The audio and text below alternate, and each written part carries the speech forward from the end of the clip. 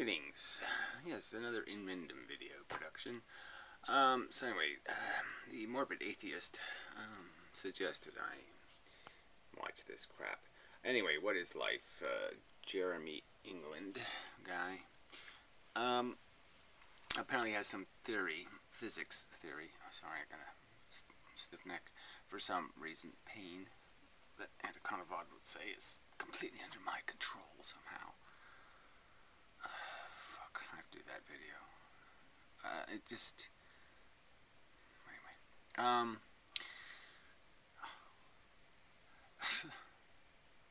You know, your brain just... doesn't even have to get to goes that far and it says, no. Anyway, but this is crap too. I mean, well, anyway. Alright, so I'm going to play the rest of the video, of course. I'm only 1/6 of the way through it. So apparently there'll be a theory, a connection between some kind of physics and the inevitability of human beings or something, or some kind of crap like that, and that life is inevitable in the universe and all that kind of bullshit. But anyway, I just wanted to get to this. There's so much wrong with this whole discussion of what a living thing is. And yeah, so I thought I'd get to that. So many examples of, you know, just how the jargon doesn't work. Well, anyway, the most important thing is you don't qualify as being alive. Human beings are something else. Okay, they're not living things. Just like a beehive, right? Would you call the beehive a living thing if it walked and talked? Because that's essentially all you are. Your cells are alive. They're the bees. They're the little living bits. And you're that thing walking and talking. You're a bunch of bees that have acquired enough organization. They don't just make honey, you know. They make a more complex system altogether. And that's what you are. You're like you wouldn't call a city alive, right? The little people in the city, you would say, are alive. You wouldn't say the city is alive, a living thing. It breathes, it thinks, it senses, it... Well, of course it doesn't. I mean, if cities walked and talked, then you would. But that's the whole problem. It's just not... It's not a sensible way to use words to describe things. To have a word where you're describing two fundamentally different things. A living cell and the complex things you build out of them. I mean, bricks are not buildings. There's two separate words, building and brick. You don't have the same word for, you don't call brick building, right? And you don't call building brick. So that would be my first. Come on, why couldn't you get to that part first? All right. So I'll go back because he has other descriptions. They're just, you know, I don't see much use in it. All right, the idea of self-replication. I mean, self is, you know, replication. Yes, this is the key. Reproduction. You have to be able to make copies somehow. But exactly how you make that copy might not really make the big difference. Obviously it has to do something with this genetic thing and all that. It seems pretty tied to that, so the self thing isn't, in a sense, real. But, you know, like cuckoo birds, for example, right? It's kind of funny they call them cuckoo birds. I mean, that's, yes, they make the sound caw-caw, caw-caw, you know, caw-caw. But, caw-caw, whatever it is. It's more nasal than that, right? It's like, caw-caw. You know, some kind of, you know, it's almost like an electronic sound they make. But anyway, it's just kind of funny because that's not you shouldn't describe them with the sound they make, because realistically they're fucking brilliant bird, right? I mean, in the sense that they are just so gaming the game. You know, this whole idea that, look, the male, he doesn't have to give a shit about anything, right? He just fucks and flies. And then the female, she's such a cheater too. You know, she goes to find some other bird's nest, pushes the eggs out, farts hers in there, and then she takes off. And it's like, you know, they're just gaming the system. You know, just creating little slaves to do their work. And I mean, you know, call them Nazi bird or master race bird or something, but Jesus. Master. Cuckoo? Well, I just it doesn't really make much sense, cuckoo. It's not cuckoo. It's evil. You know, it's nasty, but it's really smart. Yeah, anyway. Well, I mean smart in the schemy way. You know, a scheming bird or something. What's in it for me? They've figured out how to play what's in it for me. Anyway. Alright, this line I like. Sensing. Well, that's good. Computation is kind of just a useless thing to say. Because it, you know, it doesn't have any... That's the kind of word where, yeah, you need a qualifier.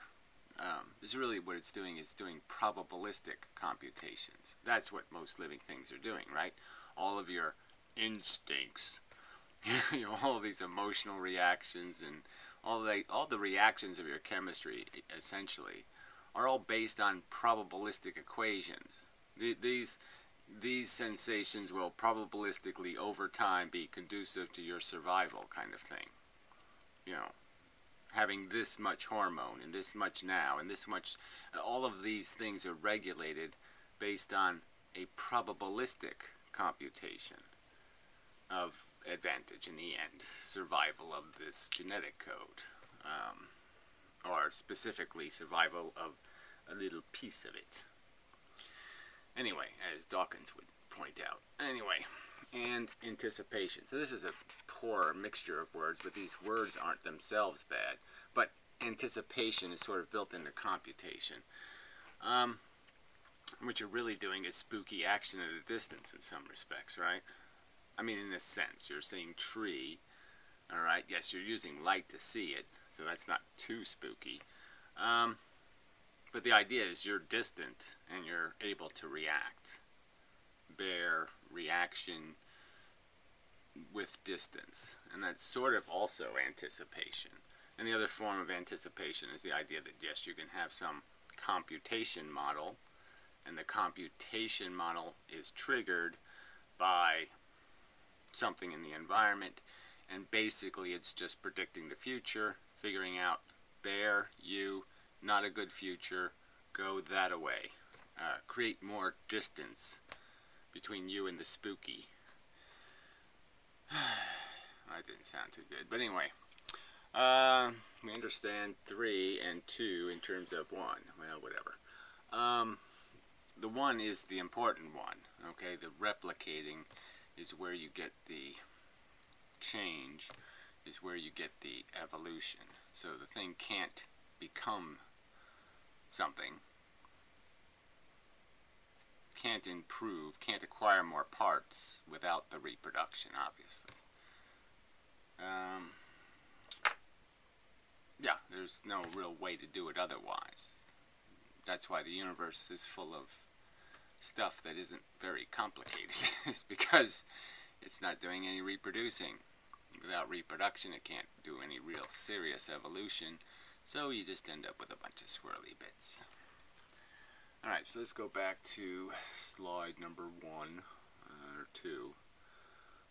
Somewhere in here somewhere. Blah, blah, blah, blah, blah. Yeah, this one. Alright, so meaning of life. In biology, we focus on behavior. Well, that's not really how we define life. Function, survival. No, reproduction. Yeah, that's the one that should be up here. You know, it's just... Heredity is the same as reproduction. That's evolution, so that doesn't mean much. Survival, well, it really doesn't have anything to do with survival. I mean, once you have reproduction in this row, survival is moot, right? I mean, it's moot. That's why we die, for fuck's sake. We don't survive. I mean, survival is kind of a silly thing to say when you know nobody survives life. Yet. Except for Jesus. But he's hiding somewhere. I mean, he's doing it with some sort of magic potion that makes him invisible, you know, so it just doesn't count as surviving. He's clearly not very interactive, so in whatever state he's surviving, it's not a very good state, I would assume. wouldn't be what I would call surviving. Yes, quite right. So anyway, so this is, yeah. Look, I'm only being judgmental because these people are, touted. Oh, what a brilliant blah blah blah blah. This isn't very brilliant. This isn't like.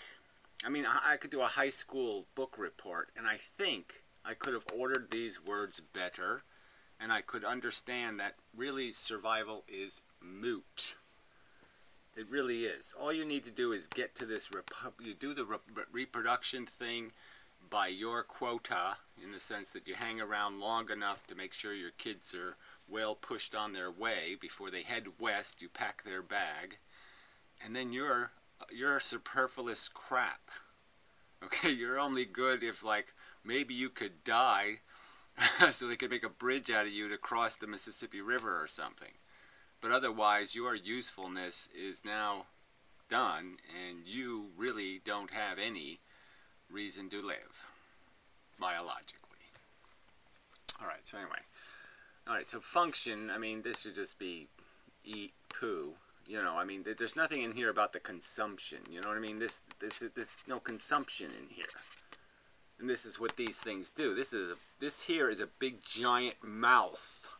Okay, I know it's just screaming out little shrimps and shit, and his throat's only this big, like all of us. Hippopotamuses, yeah, they're actually hippopotamuses. It makes sense when you look at it. You say, oh shit, yeah, that's a hippopotamus. Yeah, it's just got its legs are fucked up. But yeah, sure, it's it's got a big fucking mouth. Anyway, yeah, it makes sense. Yeah, it really does.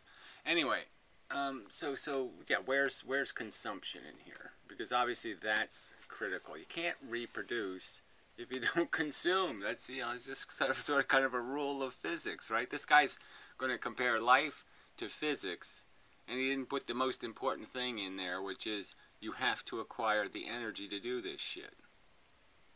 You have to get the swirly bits. You have to get a bunch of swirly bits so you can, make a swirly bit engine. Alright, so this was kind of a poop slide. Alright, then he throws cats off of towers, and there's some other list of crap here. I think this is the other list of crap. Okay, yeah, we're on the sensing thing again. I thought there was some other little, well, I won't bother. But anyway, so I will play some more of this stuff, and again, be back. But yeah, I just wanted to emphasize, I mean, it's really an important part of this whole conversation is broken by not realizing that, we're like sponges. We're like the colony of green slime. It's like we're not the cells anymore. We're the blob of cells.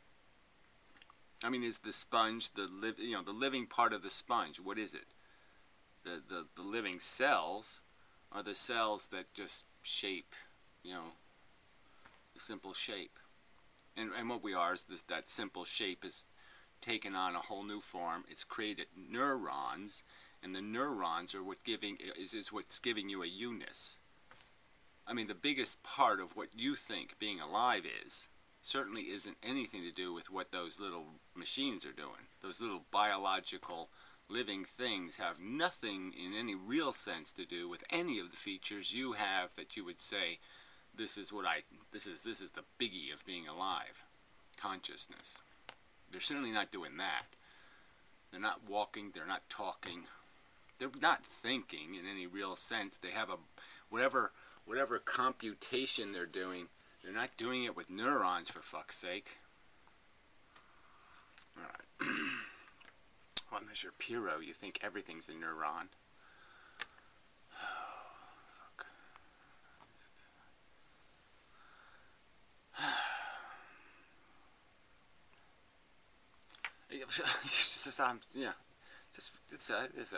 I shouldn't have to. I shouldn't even have to make these arguments. But anyway, till almost immediately, from your perspective. Oh, back sooner than I thought I would be. Okay, yeah, my bad. This number 3 is this is the consumption. So effective absorption of work from the environment. And I think the idea of calling it work is silly. Batteries, matter is a battery. Einstein, nuclear bomb. You really got to be able to understand this, right? Matter is a huge battery. It has a ton of energy in it. Zillions of little quanta things in just as little tiniest of spaces. Little teeny bits of matter. Big bright light. Incredible amount of little photony things. Quanta of energy. So yes, that's what they're absorbing. So to call that work, I just think it's work. It's not work.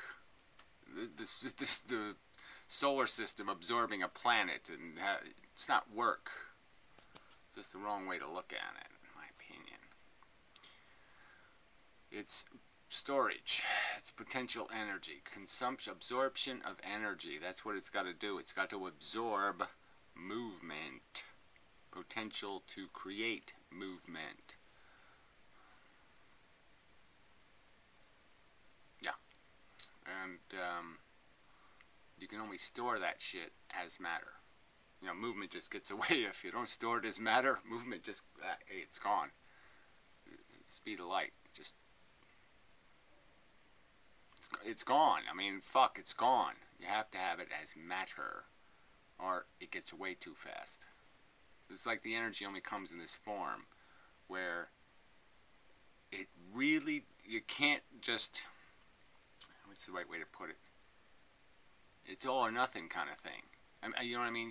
You have to use it one little photon at a time, because each little photon has got so much speed of light. It's gone. It's there's so when you use it, you can't just like, I'll just use a half a photon, or I'll just use one that's going 40 miles an hour instead of the speed of light. You can't do that. So yeah, you have to store it in matter, because there's no other vessel that can hold it.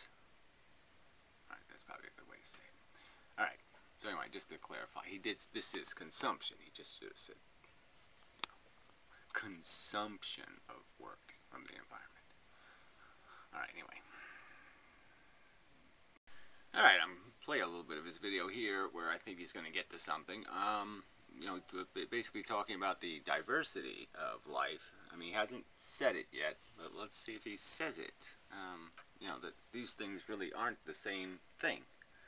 that this cell is the machine. This is the hive. This is the brick. This is the building. And that there's a it's not a fractal. There's nothing fundamentally similar in the mechanism of our survival and the cell survival, and that it has a whole different. It usually has to live in a fluid and all of this kind of thing. That we have the ocean inside of us still to keep our living things alive. That this colony thing is very different than that thing, but it has to obey a few rules. The commonality of the interacting with the environment thing, surviving the environment. And the real difference is the code to make the cell, and the code that will allow the cells to make this more complex thing. The brick has the DNA to make bricks and the DNA to make the building. And that's the trick.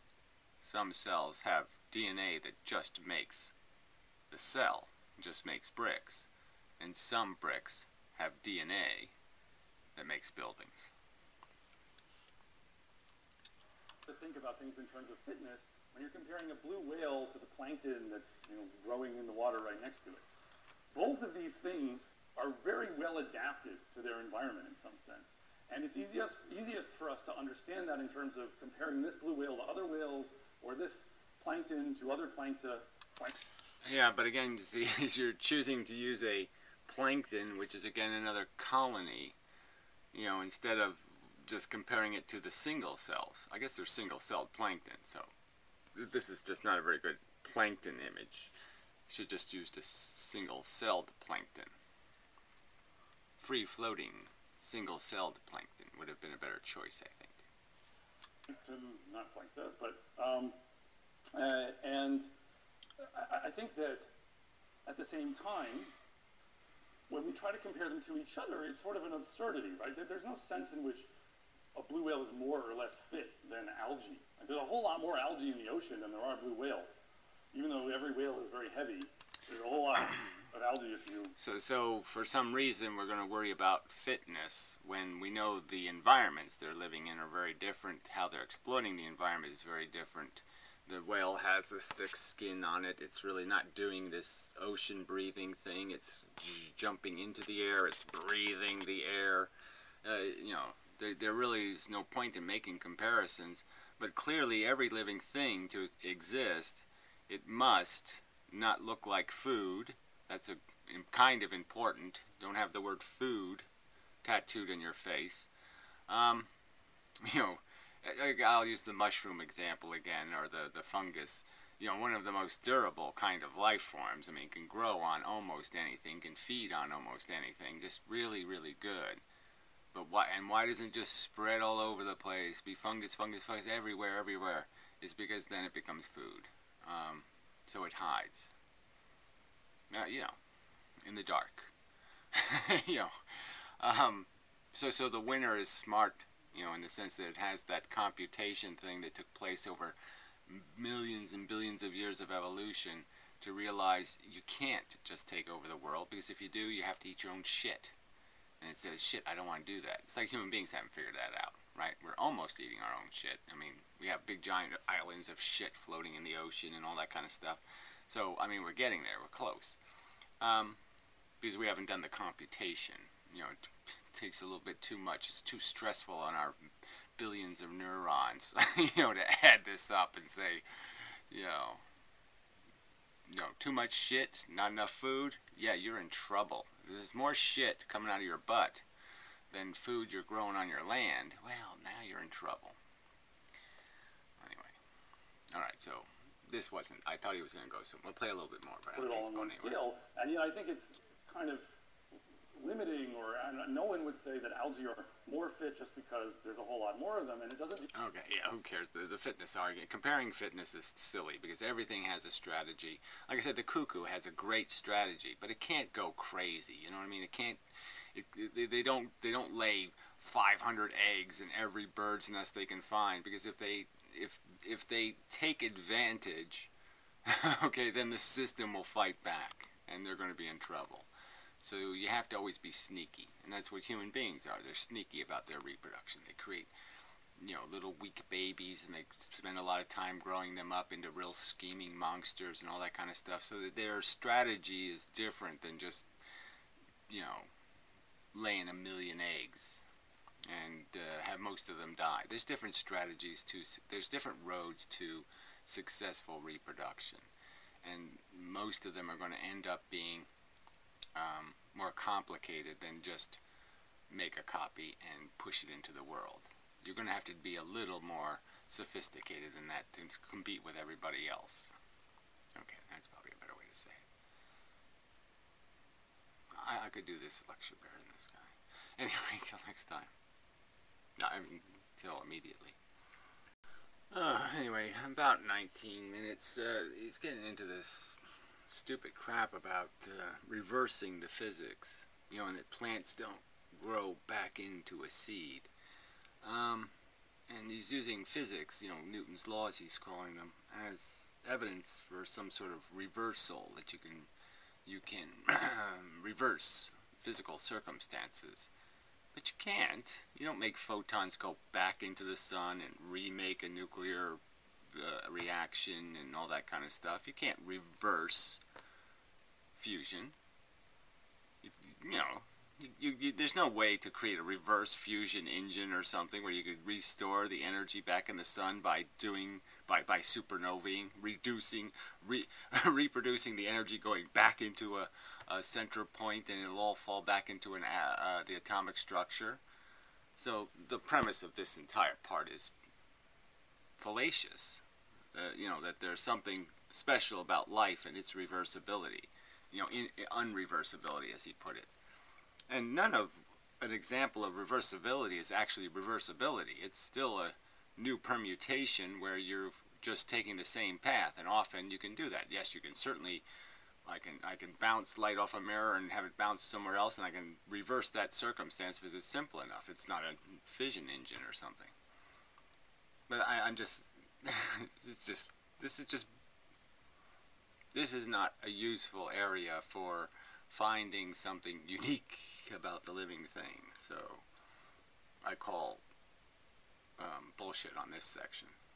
So anyway, we'll move on and see if the next section gets any better. But if this is what he's going to use to make life special, we're in big trouble. He's in big trouble. I'm not going to be at all edified by this video. Yes.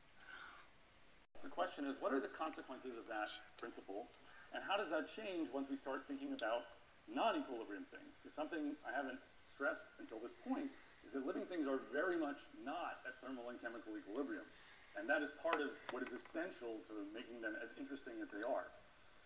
So one of the things that is suggestive when we think about this detailed balance condition. What he just said is living things can't be immobile. Duh. They're not at equilibrium because they can't do anything if they're at equilibrium. Do or do not do. Yeah. To be alive, you're going to have to do doing. You can't do the do not do. Wow. Anyway. I mean, it's getting quite obtuse now. Now we're just getting into a bunch of chemistry and whatnot. It just doesn't mean anything. Frankly, in my opinion, I don't see how he's going to make this into anything profound. But anyway, let's play along. Between them has to be the heat that I put out into the thermal bath as I go from one to the other. So what that means is that this quantity can be rewritten as the exponential of the heat exchange with the bath divided by the temperature that I'm living at. The reason that's important is because already what this is telling us is that if I talk about forward probability versus reverse probability, the probability of going from I to J versus J to I in the same amount of time, what controls their ratio is this quantity, which is the heat that's exchanged in the forward direction. The heat exchange divided by the temperature is something we have had a thermodynamic... Ugh, brother. Look, I mean, all this can be summed up with conservation rules. I mean, it just doesn't matter. I mean, the subtle difference between eating your way out of a tree or eating your way into a tree, because your teeth are duller by the time you get to the hard part, I mean, calculating this kind of mush, I just don't see how these kind of calculations that it's, harder to, whatever, dig your way out of an egg than it is to dig your way into an egg or whatever the bullshit is. I mean, it's just, anyway, not very interesting. Hey, it's a bunch of Aryans. Yeah, okay. Oh yeah, it's in Iceland or something. Yeah. It looks like my people. Anyway, we'll wait some more. Alright, about halfway, 28 minutes. Yeah, not really going anywhere. Systems are dynamic, therefore complex, therefore there's all kinds of tipping points, all kinds of blah blah blah. Yeah, so now we have to use some sort of coarse logic or coarse defining, meaning, yes, let's forget about all the details and just trying to find basic conceptual elements to define or describe something. So I guess he's heading there somewhere. What else is it that he's saying?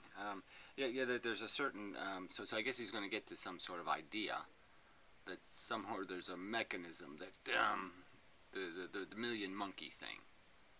You know, you have a million monkeys, a million typewriters, a million minutes. They'll type some monkey will type to be or not to be. But will they type the whole play? How many minutes would that take? You know, that would be my argument here, is the density of complexity changes this equation dramatically. These are not, these are functions on top of functions on top of functions on top of functions, and you know, the layers of the functions limit what can be accomplished in time, what you can do in 4 billion years. Just does. You know, what's the average lifespan of a planet? You know, anyway, yeah, let's play along. I mean, I'll watch some more. Feel the tedium. Great on my computational system. Whoa! Alright, so this is one of those excessive reductionism things, in my opinion, that we're heading for here. He's turning this all into some sort of entropy equation. You know, this idea that any action, you know, you have to have the liberality, you have to grease the actions. Actions need to be greased by a certain, you know, the environment can't be frozen, you know, and that there's a certain amount of energy that's required to do some things more than other things. So things, the claim being made here is things that are non-reversible, so he's putting life in this category of non-reversibility, require more entropy, that there's some sort of relationship between how much heat exists and how much you're capable of going forward or back in a system. And that's almost like saying, yeah, the more grease you put on the table, we call that entropy, you know, the easier you can slide things around or something like that. But I just don't, this doesn't have much to do with what really facilitates the diversity of living things and their evolution into more complex forms, which is really how fast can you, how many permutations can you drive a DNA molecule through, and you know, how many times can you reform it and then build it into a demo model that sticks its penis in a vagina and redoes the process. And that's, you know, quite obviously, as you get more and more, as these organisms get bigger and as they get more complicated, what you see is it takes, the permutation rate slows down dramatically. So in the exact opposite rule of this entropy, it's more of a time equation that you just can't possibly, you're not running at the same rate. So you have to add another piece to this equation that accounts for the fact that with every layer of complexity, you limit time. You run out of time eventually, as it gets more and more complicated, because it gets too long a period of time to create your reproduction and to demonstrate it in the environment, prove it, so to speak. And so he's reduced all of that out of the equation, which just makes this all kind of bullshit. So let's just play a little, just so you know how obtuse all this is getting. Focused on in my group in the past is thinking about self-replication. So self-replication, I'm going to just treat very quickly. A simple idea that you have one thing and it's capable of copying itself into two things. I'm aware that whales don't actually reproduce asexually, at least have not been observed to. Maybe deep in the water they figured some way of doing that. But nevertheless, the same idea is going to apply with modifications, or you can think of this as a whale-shaped bacterium if you want. But in any case... Right, you know, you really can't, because the bacterium can run a cycle essentially, you know, every millisecond a bacteria is going to be doing this, where a whale is going to have to spend years teaching its whale how to be a whale, and making its whale into a whale, you know, making its copy into a product that can reproduce. So it's a hugely different equation. You just really can't throw them in the same category, throw them in the same bucket, because you have a need to turn them into some sort of physical equation. It's a little more, I'm just saying this is breaking a lot of logical rules so far. So let's see what else. We have these different physical parameters we can measure about this process. So there's the internal entropy change associated with the self-replication event. There's the growth rate, the typical rate at which it happens. There's the dissipation, the surrounding heat production or entropy production in the surroundings, and also some probability of seeing it undo itself. Well, right. The probability of it undoing itself is just irrelevant. But what I mean, it's just kind of silly. I mean, the universe only moves in one direction, and if you demonstrate something going in the reverse, you didn't reverse anything. You just made a new thing that went in the same path as the other thing took. But that's it. And it just happened that it was made of a process where it was all mirrors, so to speak, and where there was nothing preventing you from going backwards. But there are physical barriers to going backwards. There's things that won't, what it shoots out, you can't shoot back in. You can't put the poo in the mouth, kind of thing. I mean, you can, but you know what I'm saying.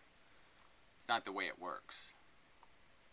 This really is tedious. Anyway, they use the word durability here, which is just sort of irritating.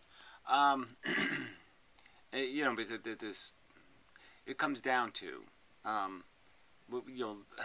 living things are they're not following some sort of rule of efficiency. There's extremely inefficient life forms on planet Earth. I mean, just, human beings taking, 18 years to raise their children kind of thing. It's a rat takes, 7-8 weeks, to make a rat. They live 3 years. I mean, it's so much more, efficiency is so much higher, and that efficiency will be demonstrated if there's as you can figure, if the environment is hugely stressed, the eccentric organisms like us, or whales, or elephants, they're doomed. They're not going to survive the stress because they do have too much inefficiency in their function. And the rats and the cockroach and these other more streamlined in terms of the consumption, reproduction, death plane are going to win. They're going to be the ones that'll do the rest of the evolving again. We'll start over from that more basic design, that more functional design, and then we'll get eccentric again. It's almost like cars. They get, you have this basic thing that works, and then you start gluing a bunch of crap on it, and eventually you end up with something that's just totally dysfunctional because it has so many idiot lights and so many bullshits in it, that it catches fire in the garage. Stupid. Anyway.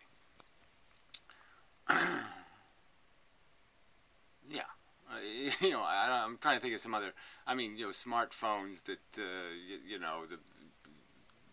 actually nuclearly explode eventually.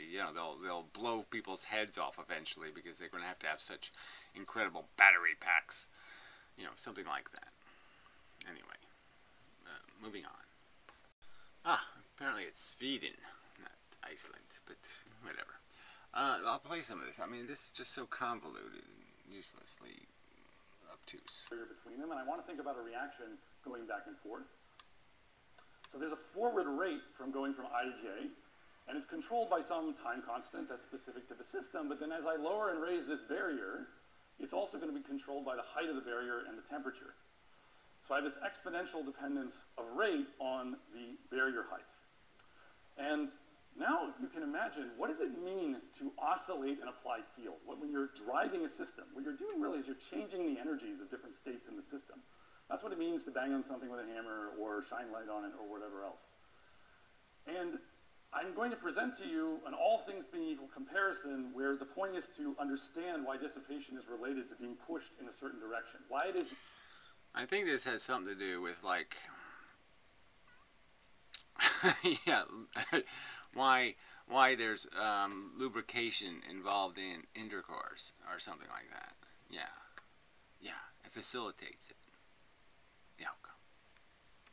Something like that. This is just so fucking... You tend to go to places where you dissipate reliably. So this is a very contrived example. The blue bars are showing you how the energies of these states oscillate. And what I imagine is I start over here, and then I have two different places I could go. I could go over there, or I could go over there. And because of the way I'm driving the system, it so happens I don't really oscillate this transition state or that state, but over here I do.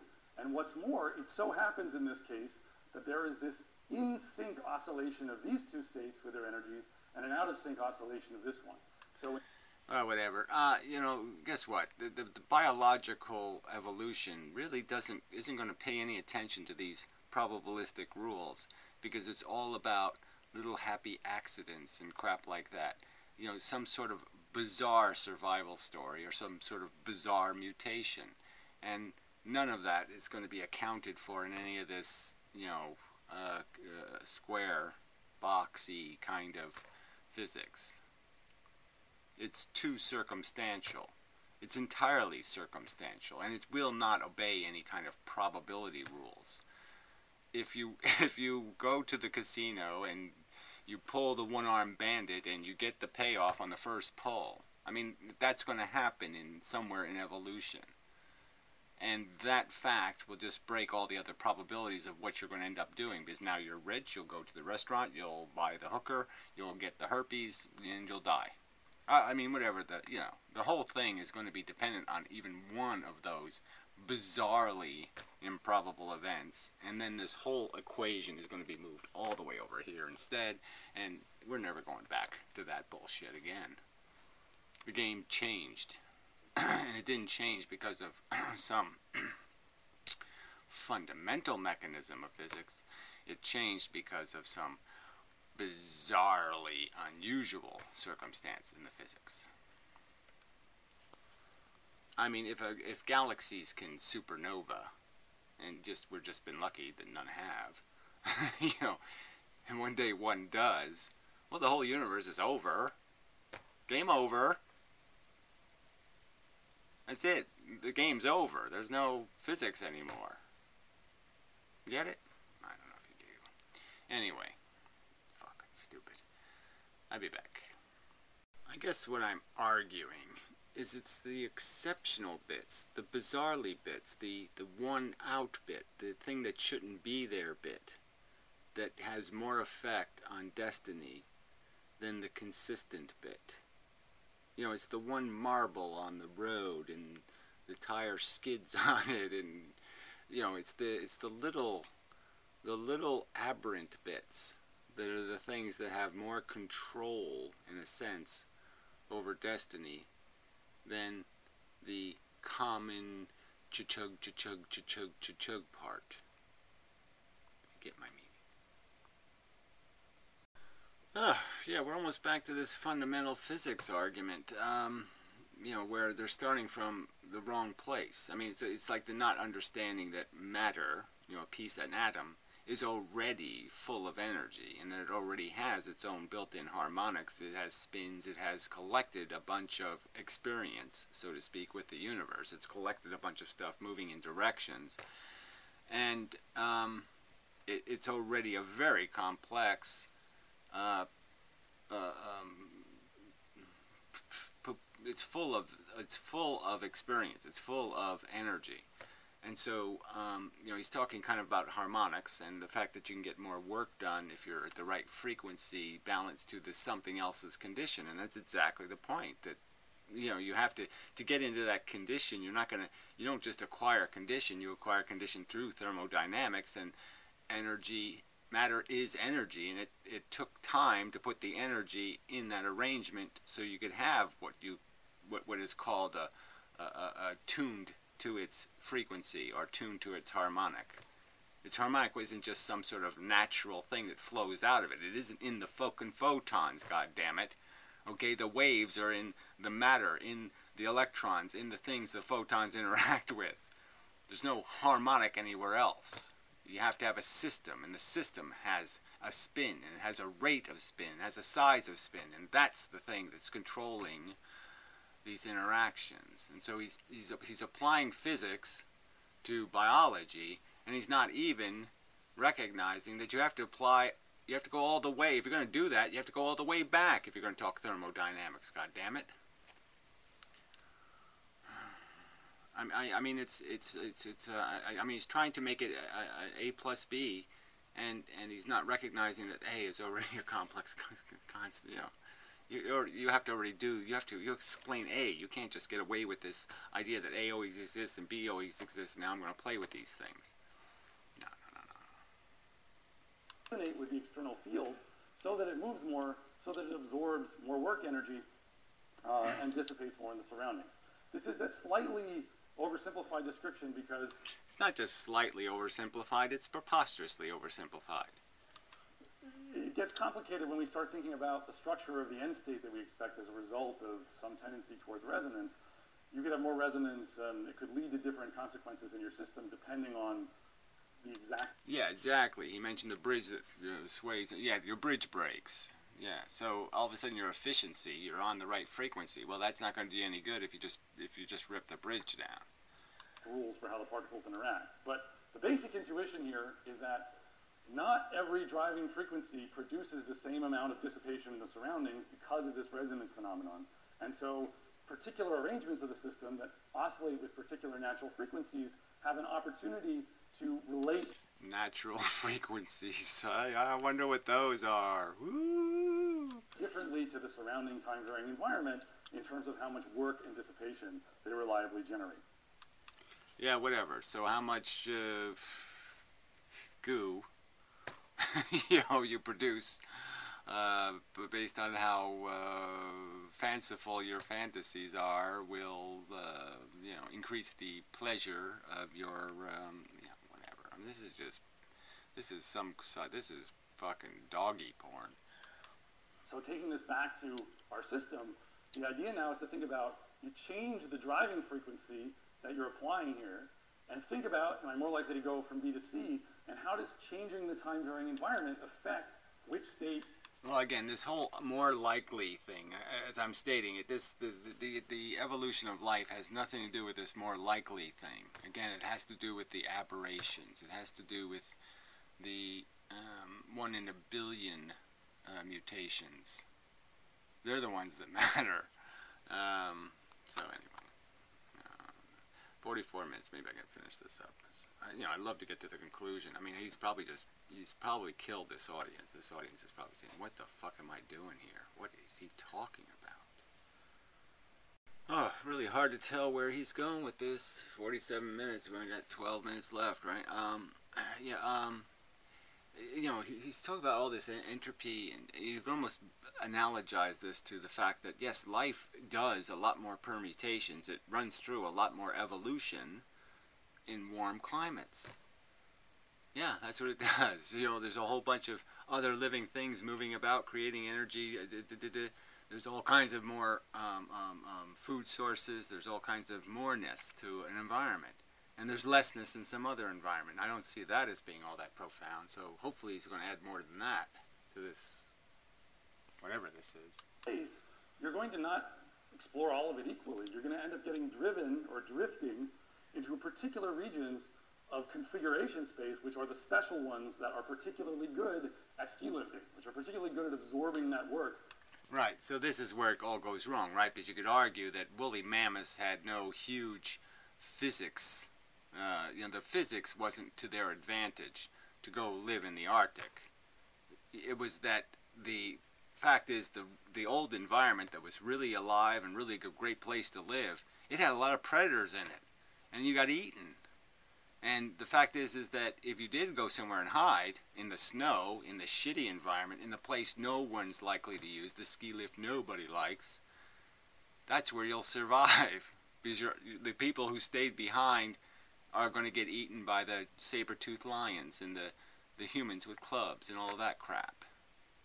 So this just doesn't. This is like I said, you can't reduce things and to this level and then still talk about a subject. You just can't turn us into the letter A or whatever. This is a little bit just too much reductionism here. I love reductionism, but this is going way too far. Getting to the big finish here.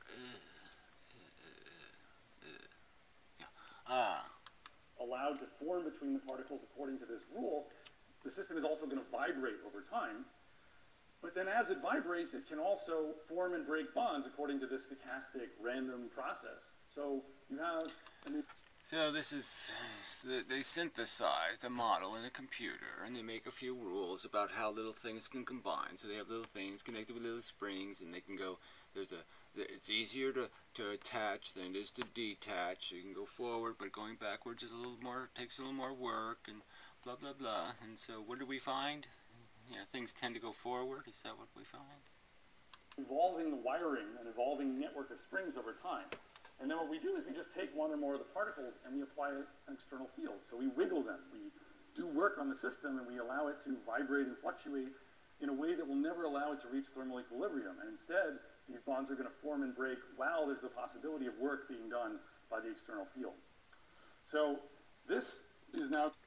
so they don't allow it to quiet down, is what he's basically saying. So they just keep vibrating the pool of water, or whatever, the synthetic environment. It's going to be a movie of what happens in this system where you just take a bunch of particles, and when I mean a bunch, I think this is for 30 particles maybe, and you just allow bonds to form and break, and it's going to be driven at this frequency. So on the x-axis here is frequency. This is the driving frequency. This is the distribution of vibrational frequencies that you see in the system at thermal equilibrium before you start driving the system. And then this is what happens when you start driving the system. So over time, this network that we have in the system is rewiring itself. Bonds are forming and breaking.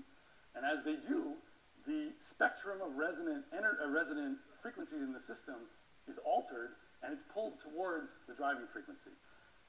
And much more interesting than that, I think, is that down here what we have are the amplitude. Yeah, so here's the driving frequency, and they're surprised that the frequency of, you know, the reaction frequency, you know, however big your pool is, will decide what this is, so to speak. You know, you agitate a pool, depending on how big the pool is going to decide this. And so now they have stuff combining, so the pool water gets thicker, and they find that it starts to migrate towards the agitation frequency. Gee, what a surprise! I could never have figured that one out. Wow, I'm stunned. Of all the different normal modes of the driven system. So what we're basically saying is there are all of these different modes of motion in the system, and initially what's plotted on the y-axis is how much they respond to being driven at the particular frequency that they're at, the particular driving field the system is experiencing as we drive this one particle. And then over time, what you see is that not only do things pull in the direction of the driving frequency, but you also see much bigger amplitudes. So something about the topology of this whole network is reorganizing so that these modes are soaking up more energy from the applied driving field. And this is happening spontaneously just because things are fluctuating and evolving according to Newton's laws. Right. So you find a compatible motion with your partners, and it ends up being I mean, come on, this is wow. That's amazing. They do. So what else we can look at? This is very new stuff, so we're still puzzling over it and trying to make sense of it. I think this is a simulation for 15 particles. I don't know. It's amazing. So he has a group being funded by Group Fund Inc. or whatever. I mean, it's just amazing that people get funded to do this. I mean, I can't make $10 an hour. You can't really... I can't make $10 an hour. Just can't make much more. You see the bonds here. I need to make a better graphic of this. We just generated this a few days before I came here. And so what you may be able to make out here is that these particles are colored by the number of bonds that they have. And so over time, this is how an equilibrium simulation looks, where all the colors are fluctuating a lot. And here you see a convergence on more bonds for the driven particle here, and then fewer bonds for a bunch of other particles in the system. So something is different about the topological. Okay. The ones on the edge are the real movers and shakers, is that it? Yeah, exactly. Order and how this network is organized. And this is the new form that's emerging that has these special physical properties. I'm not at all expecting this to necessarily look like how living things are organized in any sense except how we view their physical properties. But what I think is interesting is we can already establish... Right, so what point is this? Again, like I said, evolution doesn't work by these laws of probability. I mean, it really just doesn't tend to move in necessarily the most efficient motion.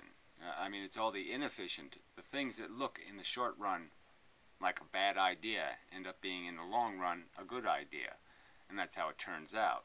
The failures end up being the successes based on the longer term test. And the test is really, can you survive the nuclear holocaust? That kind of thing will be the test. We don't know that's the test. We think, oh yeah, we're doing fine.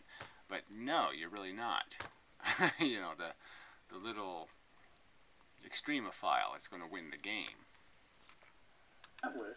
That these physical properties are connected with the likely emergent order that you see in the system. So particularly, if you track the total entropy production in the surroundings over time for individual trajectories of the system, and you plot the frequency spectrum for these individual microtrajectories down here, there's a red trace and a blue trace and a green trace up here. You know, this really doesn't have anything to do with either the complexity of life. So even if you said that, okay, there's this idea of what's the odds of this chemistry happening, and then you have to recognize that the entropy are the stuff you put back into the environment. You know, what you're excreting, this lubricant activity that you're doing through your process.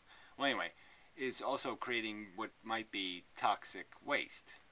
So your process is creating something that's toxic, and that this idea that you could just keep growing this fungus, that's one of the rules of evolution, is you just can't do that. You can't be an extreme winner.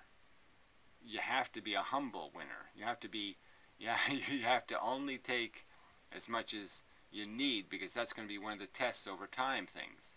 The test over time is, don't be stuck eating your own poo and drinking your own piss.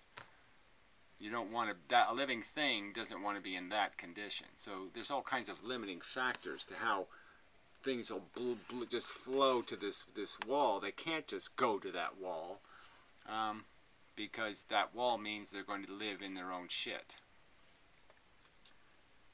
Here, and then there are the corresponding spectra down here. And what you see over time is that for these individual microtrajectories that so happen to do more entropy production, these are also the ones that have moved in the direction of accumulating more resonance.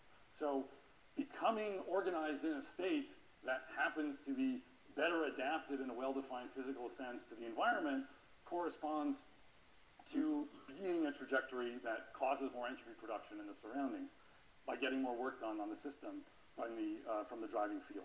So these are first suggestive observations. We still have a lot more to do drilling down even just on the system. But I think... whatever. Okay, I'll be back. Well, this was a colossal waste of time. So he's going to close by saying... So let's get the closing.